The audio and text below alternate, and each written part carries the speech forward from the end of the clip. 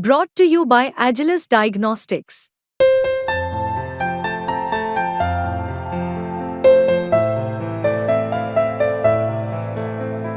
Agilus Diagnostics.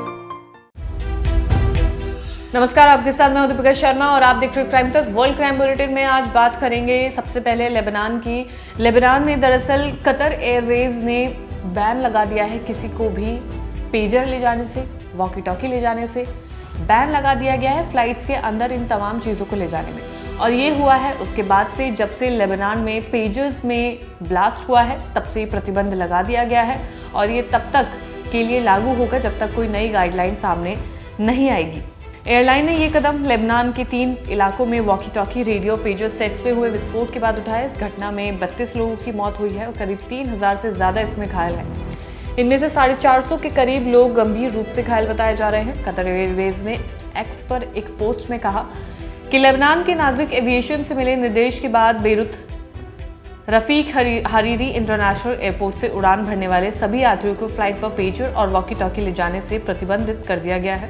ये प्रतिबंध अगली सूचना तक लागू रहेगा, यानी कि इस एयरवेज में कोई भी पेजर का इस्तेमाल नहीं कर पाएगा, ले जा नहीं सकता है।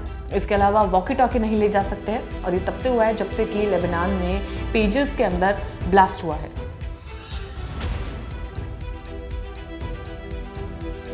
इजराइल के धमाकों से लेबनान में हलचल मची हुई है। करीब 3000 से ज़्यादा लोग घायल बताए जा रहे हैं और कई लोग इसमें मारे भी जा चुके हैं। इसी बीच हर तरफ से चेतावनी दी जा रही है। हिजबुल्लाह के चीफ भी चेतावनी दे रहे हैं, इजराइल की तरफ से भी चेतावनी दी जा रही है। जंग जो कि रुकना चाहिए था, जिस जंग को रुकना चाहिए था, अब वो और भयावह रूप ले रही है। कई लोग इस पे मारे जा रहे हैं। पहले पेजर और फिर वॉकी टॉकी, फिर सोलर पैनल और लैपटॉप और रेडियो सहित कई तरह के इलेक्ट्रॉनिक डिवाइसेस में ये ब्लास्ट देखे जा रहे हैं, जिसके बाद से एयरलाइन ने भी इन तमाम तरीके की डिवाइसेस को ले जाने पर बैन लगा दिया गया है। इसके बाद लेबनान में धड़ाधड़ हो रहे ब्लास्ट के बाद गुरुवार को हिजबुल्लाह चीफ हसन नसरल्लाह ने अपने संबोधन में इजराइल की इस हरकत को जंग ऐलान बताया है। लेकिन जिस वक्त नसरल्लाह देश को संबोधित कर रहे थे उसी समय इजराइल लेबनान पर रॉकेट दाग रहा था। इजरायली सेना IDF ने दक्षिणी लेबनान में हिजबुल्लाह के ठिकानों को निशाना बनाया और सैकड़ों रॉकेट लॉन्चर बैरल तबाह कर दिए। हिजबुल्लाह इन रॉकेट लॉन्चर्स का इस्तेमाल इजरायली क्षेत्र में धमाकों के लिए करने वाला था। इजरायली सेना का कहना है कि हमारे लड़ाकू विमान ने 1000 बैरल वाले करीब 100 रॉकेट लॉन्चर्स पर हमला कर उन्हें पूरी तरह से नष्ट कर दिया है। यानी कि दोनों तरफ से जो हाल है वो काफ़ी ज़्यादा बुरा है। लोगों की इसमें जान जा रही है और ये जंग रुकने का नाम नहीं ले रही है। और अगली खबर, भारत से यूक्रेन को गोला बारूद भेजे जाने की रिपोर्ट पर भारत सरकार की तरफ से बड़ा बयान सामने आया है। भारत सरकार ने इस रिपोर्ट पर आपत्ति जताई है। इसके साथ ही भारत सरकार की तरफ से ये भी कहा गया है कि उन्होंने किसी भी अंतर्राष्ट्रीय कानून का उल्लंघन नहीं किया है। भारतीय विदेश मंत्रालय ने इसे गलत बताया है। रिपोर्ट पर सवालों का जवाब देते हुए विदेश मंत्रालय के प्रवक्ता रणधीर जायसवाल ने कहा कि हमने भी रिपोर्ट देखी है, ये अटकलें लगाने वाली और भ्रामक है।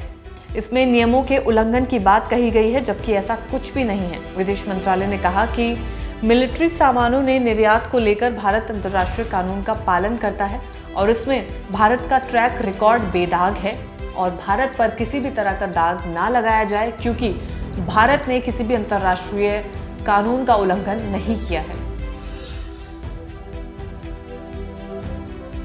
और इजराइल हमास की जंग का केंद्र फिलहाल लेबनान बना हुआ है और वजह है हिजबुल्लाह, जिसके लिए अब इजराइल ने पूरी चुनौती वो हिजबुल्लाह को दे रहा है। लेबनान में लगातार ऐसे धमाके हाल ही में देखे गए हैं।